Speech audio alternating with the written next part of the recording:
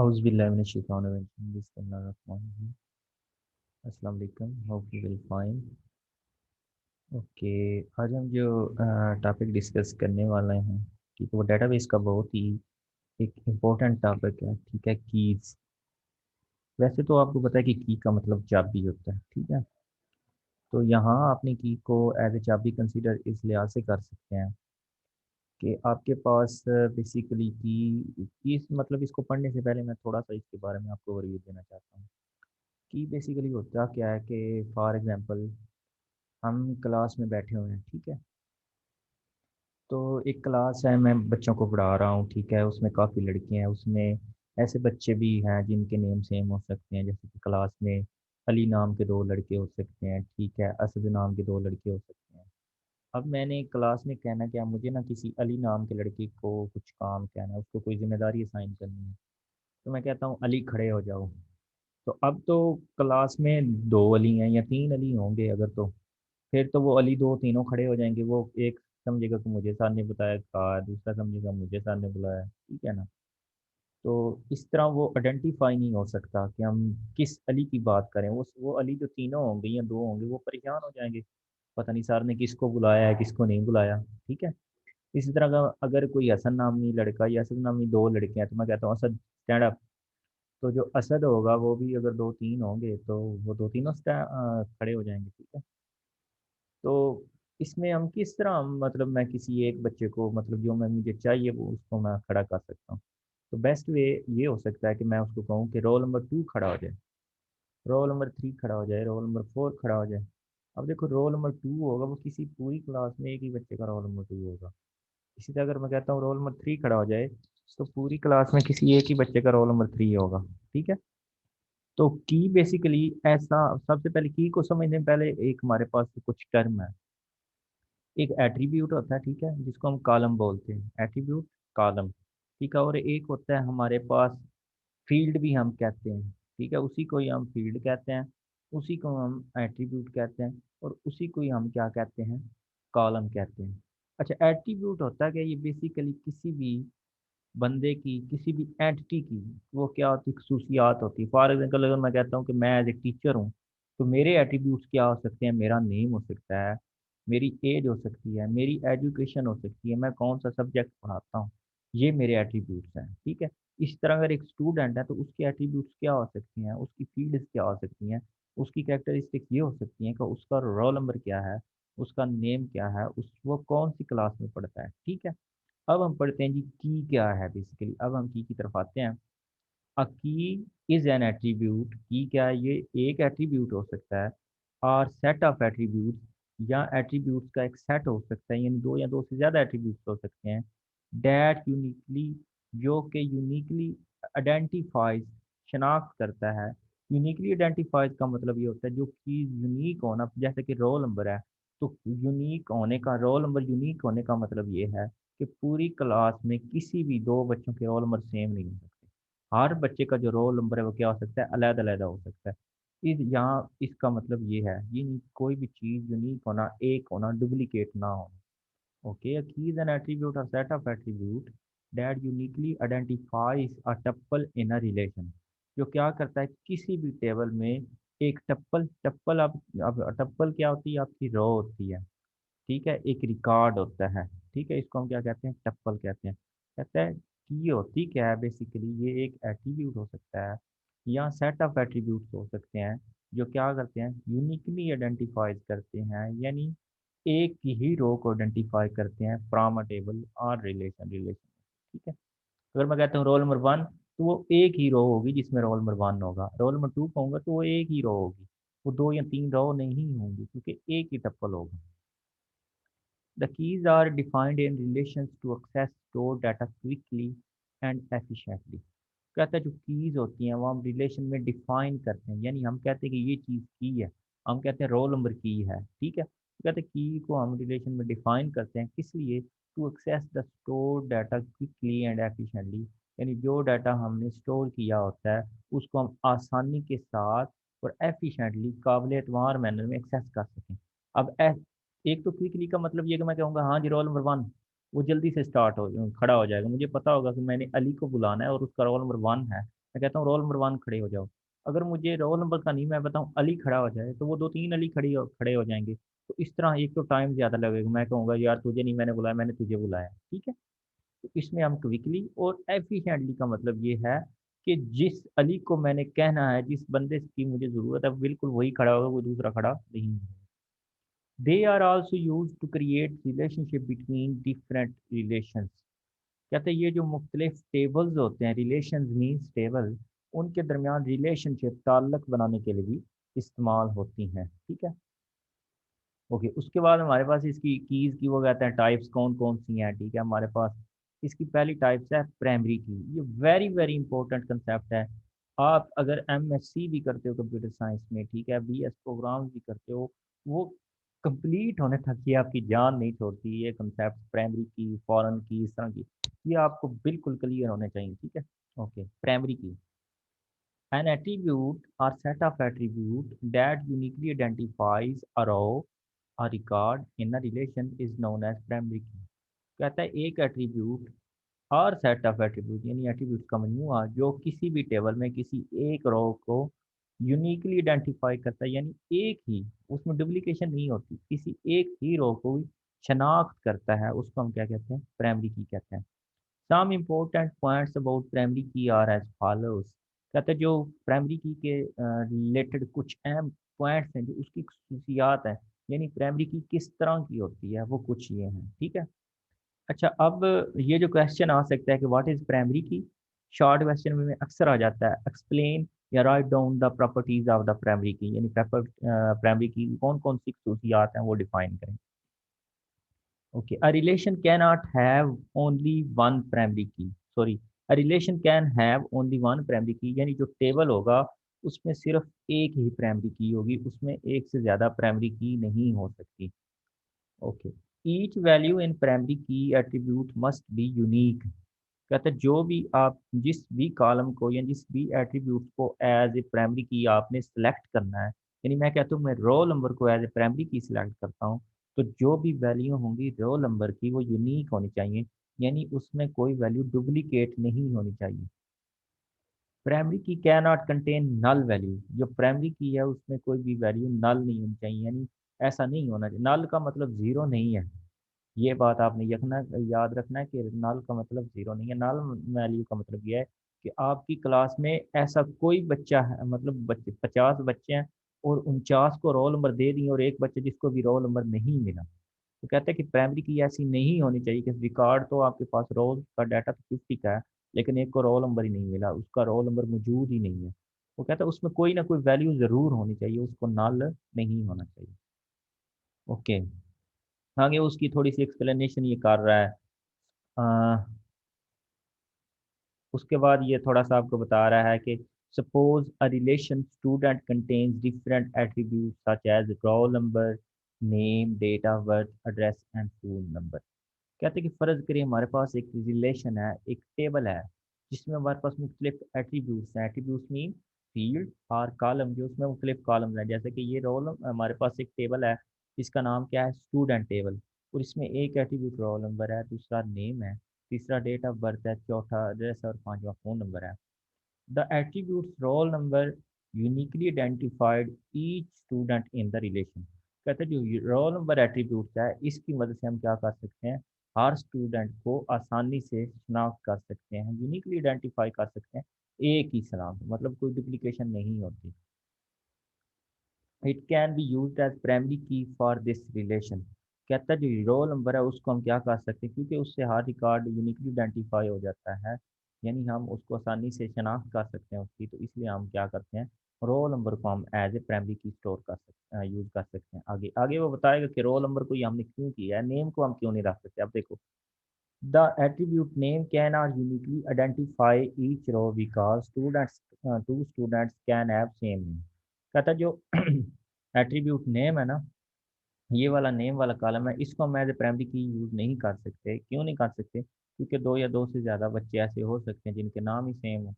तो प्राइमरी की सबसे बड़ी प्रॉपर्टी ये है कि उसमें यूनिक वैल्यू होनी चाहिए, उसमें डुप्लीकेशन नहीं होनी चाहिए, ठीक है।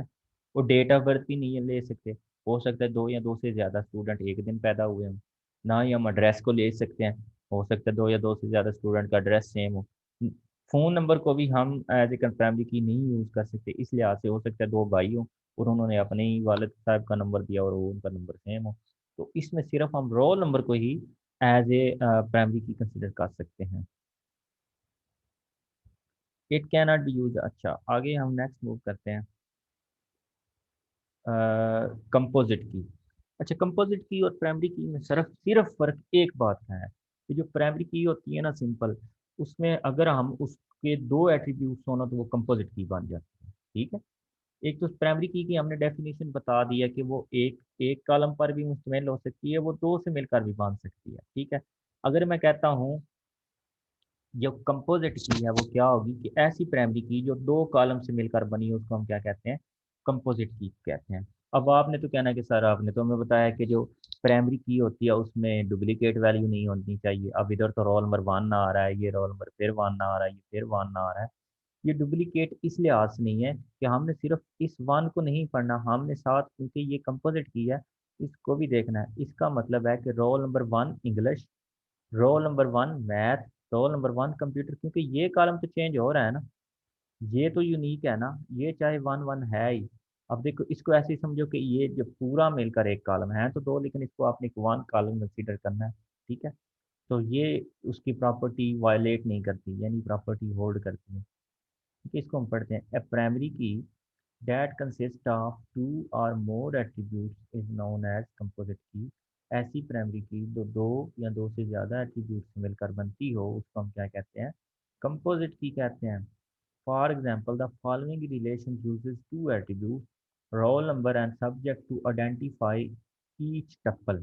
कहता है कि जैसा कि मिसाल के तौर पर ये वाला जो टेबल है, ये क्या करते हैं, for example the following relation uses two attribute, यानी ये वाला जो टेबल है ये दो एट्रीब्यूट को इस्तेमाल करते हुए क्या करता है, ईच टप्पल को, ईच रिकॉर्ड। अच्छा, टप्पल क्या है, ये पूरी रो है, ये जो मैं कर्सर मेरा मूव कर रहा है ये पूरी रो है, क्या है, टप्पल। इसी को ही हम रिकॉर्ड कहते हैं और इसी को ही हम क्या कहते हैं, रो कहते हैं। ठीक है, this is an example of composite key, ये आपके कंपोजिट की एग्जाम्पल है। अब याद रहे कि कंपोजिट की जब भी बारी होगी, कंपोजिट मतलब मिलकर बनना, यानी ऐसी की जो दो या दो, इसकी शर्त कम अज कम दो एट्रीब्यूट्स होंगे तभी हम कंपोजिट की कहेंगे। ठीक है, एक एट्रीब्यूट पर की मिलकर बनेगी तो उसको हम सिंपल प्राइमरी की कहेंगे। ये भी है प्राइमरी की ही है, लेकिन ये प्राइमरी की कौन सी किस्म है, कंपोजिट की है। ठीक, ये है, ये भी प्राइमरी की, ये नो डाउट ये प्राइमरी की नहीं है, लेकिन ये टाइप कौन सी है, कंपोजिट की है, या इसको कंकैटिनेट की कहते हैं, कंकैटिनेट करना, मिलाना। उसके बाद ये कैंडिडेट की है। ठीक है, नेक्स्ट जो इसकी टाइप है ये क्या है, ये सारी आपस में मिलती जुलती हैं, कोई आगे पीछे मतलब एक दूसरे के साथ मिक्सअप हो रही होती हैं, बाकी इजी है, सेम कंसेप्ट। एक डेफिनेशन आप याद कर लोगे तो दूसरी सारी थोड़ी बहुत चेंजिंग आप करेंगे तो हो जाएगा। ओके, कैंडिडेट की, the relation may contain many attributes or set of attributes that can be used as primary। कहता है कि जो टेबल होता है ना उसमें बहुत से एट्रीब्यूट्स हो सकते हैं जिसको हम एज ए प्राइमरी की इस्तेमाल कर सकते हैं। ठीक है, okay, the attributes are set of attribute that can be used as primary key is called candidate key. कहता है जो एट्रीब्यूट या सेट ऑफ एट्रीब्यूट जिनको हम एज ए प्राइमरी की यूज करते हैं उसको हम क्या कहते हैं, कैंडिडेट की कहते हैं। यानी वो प्राइमरी की, कैंडिडेट मतलब साथी होना, किसी भी चीज़ में शमूलियत अख्तियार करना। यानी जो एट्रीब्यूट हम प्राइमरी की में एज ए प्राइमरी की में हम यूज कर लेते हैं, जो जो एट्रीब्यूट हम प्राइमरी की को बनाने के लिए इस्तेमाल कर लेते हैं उसको हम क्या कहते हैं, कैंडिडेट की कहते हैं। ठीक है, आगे वो बता रहा है, अब आपको यहाँ से समझ आएगी। Suppose the student relation contains different attribute such as registered number, roll number, name, date of birth, address, phone number. वो कहते हैं हमारे पास एक स्टूडेंट नंबर, स्टूडेंट टेबल है, स्टूडेंट रिलेशन में स्टूडेंट टेबल है जिसमें हमारे पास कुछ एट्रीब्यूट्स हैं, जैसे कि नीचे इसने रोल नंबर, रजिस्टर्ड नंबर है, रोल नंबर है, नेम है, डेट ऑफ बर्थ है, एड्रेस है, फोन नंबर है, ये सारे हम इनको, ये मतलब सारे इसके एट्रीब्यूट्स हैं। The attribute register number and roll number can be used to identify each student in the relation। कहते हैं जो रजिस्टर्ड है और रोल नंबर है, इन दोनों की मदद से हम क्या कर सकते हैं, हर टप्पल्स को, हर रो को, हर रिकॉर्ड को आइडेंटिफाई कर सकते हैं, उनकी शनाख्त कर सकते हैं, उनको गेट कर सकते हैं। ठीक है, अब इसमें दोनों ये देखो ना, इसमें रजिस्टर्ड नंबर को भी हम एज ए प्राइमरी की यूज कर सकते हैं, रोल नंबर को भी हम एज ए प्राइमरी की यूज कर सकते हैं। अच्छा, रजिस्टर्ड नंबर भी किसी भी जो स्टूडेंट का रजिस्टर्ड नंबर होता है ना, रजिस्ट्रेशन नंबर होता है, वो यूनिक होता है, यानी वो जिस स्टूडेंट को मिल जाता है किसी और स्टूडेंट को वो रोल नंबर असाइन नहीं किया जाता। ठीक है, तो हम रजिस्ट्रेशन नंबर की मदद से या रोल नंबर की मदद से हम किसी भी रिकॉर्ड को, किसी भी रो को आइडेंटिफाई कर सकते हैं। बेसिकली इधर आइडेंटिफाई का मतलब ये हमने एक्सेस करना है। ठीक है, हमने उसकी शनाख्त करनी है। हमें किसी भी स्टूडेंट का डाटा चाहिए तो हम उसको कहेंगे कि रोल नंबर ये है, उसका सारा डाटा हमें बता दो। ठीक है, या रजिस्ट्रेशन नंबर ये है कि हमें उसका डाटा चाहिए। Okay, both attributes are known and candidate key, दोनों जो एट्रीब्यूट्स हैं उनको हम क्या कहते हैं, कैंडिडेट की कहते हैं। Relation can have many candidate की, वो कहते हैं इस तरह एक जो रिलेशन है उसके मल्टीपल कैंडिडेट्स की हो सकते हैं। ठीक है, अच्छा, अब कैंडिडेट की दोबारा आपको डेफिनेशन बना दूं, ऐसे एट्रीब्यूट जिनको हम प्राइमरी की के लिए यूज कर सकते हैं, जिन जिन एट्रीब्यूट को भी हम एज प्राइमरी की के लिए यूज कर सकते हैं, उसको हम क्या कहते हैं, कैंडिडेट की कहते हैं। अब अल्टरनेट की, सिंपल वर्ड में, अल्टरनेट की मतलब वो अगर हमारे पास दो या दो से ज़्यादा एट्रीब्यूट्स है ना, जिनको हम एज प्राइमरी की यूज कर सकते हैं, जो एक को हमने प्राइमरी की यूज किया है और जो दूसरे को हमने यूज नहीं किया, उसको हम क्या कहते हैं, अल्टरनेट की कहते हैं, यानी जो मुतबादल है। हमारे पास दो कॉलम है ना, जैसे कि इधर मैंने बताया कि रजिस्टर्ड नंबर है और रोल नंबर है। अगर तो मैंने रजिस्ट्रेशन नंबर को एज ए प्राइमरी की यूज कर लिया है, तो जो बाकी इसको भी मैं कर सकता था, मैंने किया नहीं है, तो इसको हम क्या कहेंगे, अल्टरनेट की कहते हैं। अगर मैं रोल नंबर को प्राइमरी की यूज करता हूँ तो इसमें अल्टरनेट की क्या होगी, रजिस्ट्रेशन नंबर। इसी तरह ये आपस में फ्लैप हो सकती है। Okay, that the candidate key that are not selected as primary key are known as alternate key। वो कहता है कि इसमें हमारे पास कैंडिडेट की वो कैंडिडेट की जिनको हमने प्राइमरी की के तौर पर इस्तेमाल नहीं किया होता, उसको हम क्या कहते हैं, अल्टरनेट की कहते हैं। ठीक है, suppose student relation contains different attribute such as station number, roll number, name, date of birth, address. वही बात कह रहा है कि हमारे पास एक रिलेशन है, एक टेबल है जिसका नाम स्टूडेंट है और उसमें ये एट्रीब्यूट्स हैं। The attribute registration number and roll number can be use to identify each student in a relation. कहता है जो हमारा एट्रीब्यूट रजिस्ट्रेशन नंबर है या रोल नंबर है, वो क्या कर सकता है, कैन बी यूज, हम उसको इस्तेमाल कर सकते हैं to identify each student in relation, हर स्टूडेंट की शिनाख्त करने के लिए, हर स्टूडेंट को के डाटा को एक्सेस करने के लिए हम इस्तेमाल कर सकते हैं किस किस को, स्टेशन नंबर और roll number. If registration number is selected as primary key, अगर हम कहते हैं इसको हम रजिस्ट्रेशन नंबर को एज सिलेक्टेड करते हैं प्राइमरी की, तो जो रोल नंबर है उसको हम क्या कहेंगे, वो अल्टरनेट की कहेंगे। अगर हम रोल नंबर को एज प्राइमरी की करेंगे तो उसमें स्टेशन नंबर क्या हो जाएगा, अल्टरनेट की हो गई। ये बात आपने याद में रखनी है। ओके, उसके बाद हमारे पास फॉरेन की है। ठीक है, और फॉरेन की भी बहुत इंपॉर्टेंट कंसेप्ट है। ठीक है, ये मतलब दो टेबल्स के दरमियान हमने रिलेशनशिप बनाना हो तो।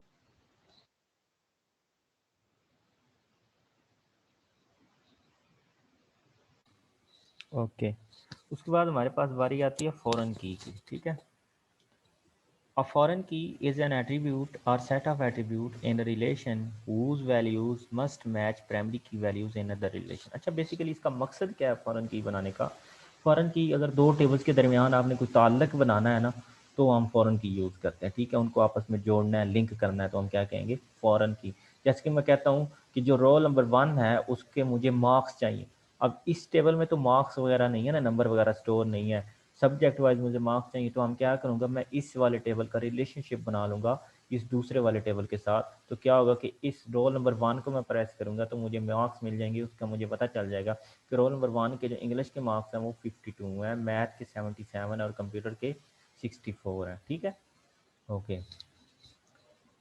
ओके, द फॉरेन की क्या है, ये एक एट्रीब्यूट है या एट्रीब्यूट्स का मजमूआ है जो क्या करता है, whose values match with the primary key value in the relation, जिसकी वैल्यू जो है वो प्राइमरी की वैल्यू किसी दूसरे टेबल में रिलेशन मैच करती हैं। यानी फॉरेन की बेसिकली है क्या, ये एक एट्रीब्यूट है या सेट ऑफ एट्रीब्यूट्स है जिन किसी एक टेबल में जिसकी वैल्यूज़ मैच करती हैं एक एट्रीब्यूट के साथ या सेट ऑफ एट्रीब्यूट्स के साथ किसी दूसरी टेबल की प्राइमरी की वैल्यू के साथ। यानी फॉरेन की है क्या, ये किसी एक टेबल के एट्रीब्यूट्स की वैल्यू किसी दूसरी टेबल की प्राइमरी की एट्रीब्यूट के साथ मैच करती हैं।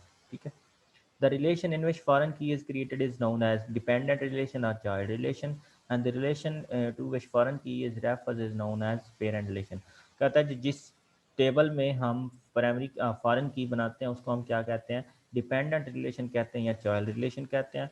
और जिस टेबल की तरफ वो रेफर कर रही होती है, जिस टेबल की प्राइमरी की के साथ हम उसको कनेक्ट कर रहे होते हैं, उसको हम क्या कहते हैं, पेरेंट रिलेशन। सिंपल वर्ड में जिसमें आपकी फॉरेन की होगी वो चाइल्ड रिलेशन होगी, जिसमें आपकी प्राइमरी की होगी वो क्या होगा, आपका पेरेंट रिलेशन होगा। The key connects to another relation when relationship is established between two relations। वो कहता है ये द की कनेक्ट्स, ये की क्या करती हैं, कनेक्ट्स करती हैं, जोड़ती हैं, टू अदर रिलेशन, दूसरे रिलेशन के साथ।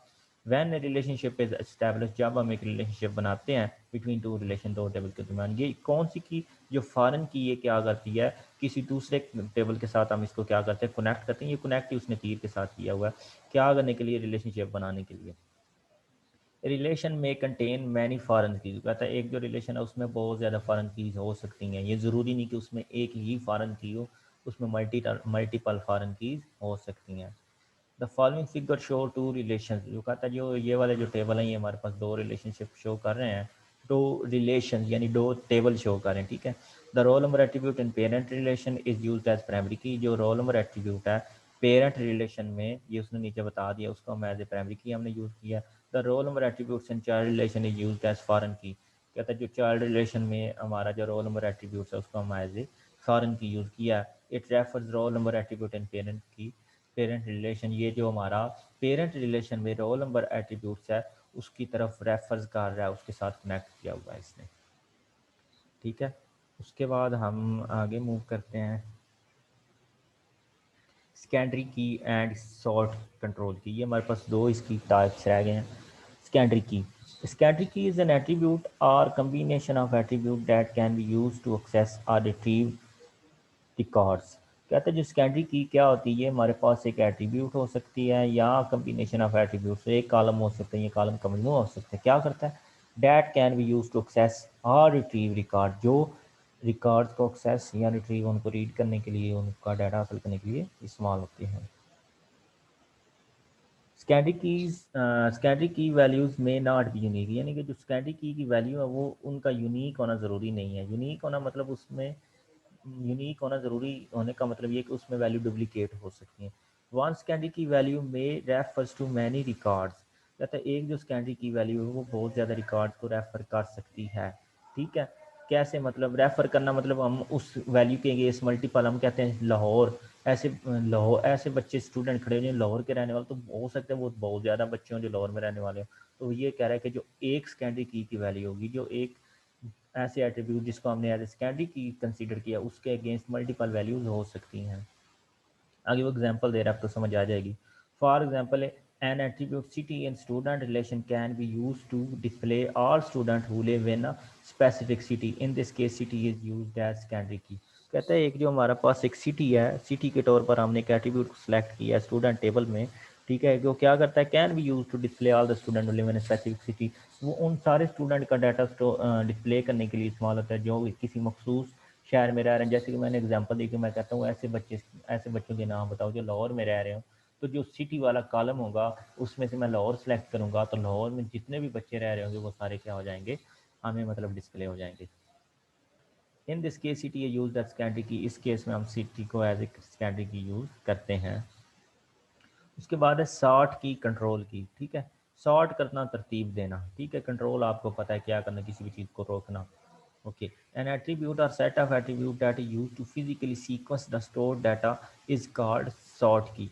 कहते हैं एक एट्रीब्यूट या सेट ऑफ एट्रीब्यूट जो क्या करता है, that is use to physically sequence the store data, जो हमारा डाटा स्टोर किया गया होता है उसकी फिजिकली सीक्वेंस करता है, मतलब उसको तरतीब देता है, इज कॉल्ड सॉर्ट की, उसको हम क्या कहते हैं, सॉर्ट की कहते हैं। It is also known as control key, इसको हम कंट्रोल की भी कहते हैं। The store data can be sorted in different ways according to the user requirement. कहता है जो डाटा हमारा स्टोर्ड होता है उसको हम मुख्तलिफ तरीक़ों से सॉर्ट कर सकते हैं जिस जिस तरह की हमारी यूज़र की ज़रूरियात होती हैं, ठीक है। तो ये था हमारा आज का टॉपिक। ये very very important as a long question आ जाता है आपका अक्सर। वो कहता है वो की क्या है, उसकी मुख्तलिफ टाइप्स बयान करो, कोई सी 3-4 वो पूछ लेता है। ये टेबल्स वगैरह आपको बनाने आने चाहिए, ठीक है, इनके नंबर आपको मिलेंगे।